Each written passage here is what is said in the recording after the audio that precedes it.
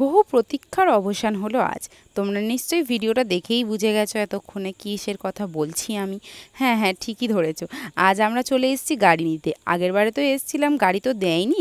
সেই কারণের জন্য আজকের ফোন করে ওরা জানিয়েছে ফাইনালি আজ গাড়ি দেবেই।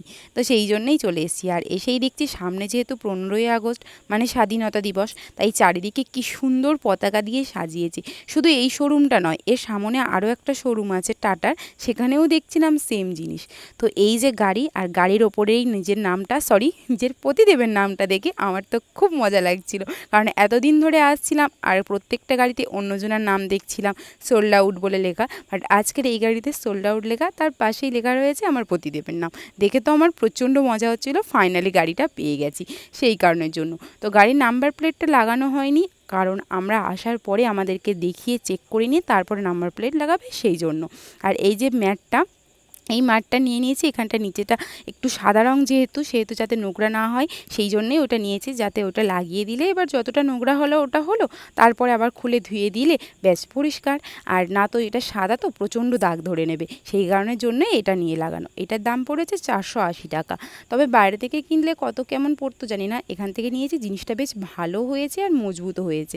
আর এই স্ক্রুপগুলো যেগুলো লাগাচ্ছে না, তো এটা প্লাস্টিকের। আমি তো প্রথম ভেবেছিলাম বোধহয় ওটা নর্মাল যে স্ক্রুপ হয় সেরকম, হয়তো কালো রঙের, তারপর দেখলাম যে না, ওটা প্লাস্টিকের। আর এই স্ক্রুপগুলো নর্মাল যেরকমই হয় সেই রকম।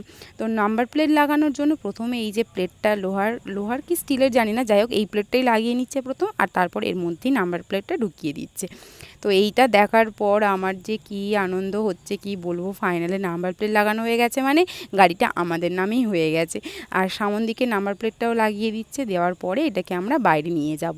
তো এতদিনেকার এত প্রতীক্ষার অবসান হলো, মানে তোমরা বুঝতেই পারছো। এবার গাড়িটা নিয়ে বাইরে যাব, চারিদিকে ঘুরবো, আনন্দ করবো, মজা করব। একটাই কারণে ভালো লাগছে, কারণ এতদিন বাদে নিজস্ব একটা গাড়ি হলো, যেটা নিয়ে আমরা যেখানে খুশি যেতে পারবো, যতক্ষণ খুশি আনন্দ করতে পারবো আর ঘুরতে পারবো।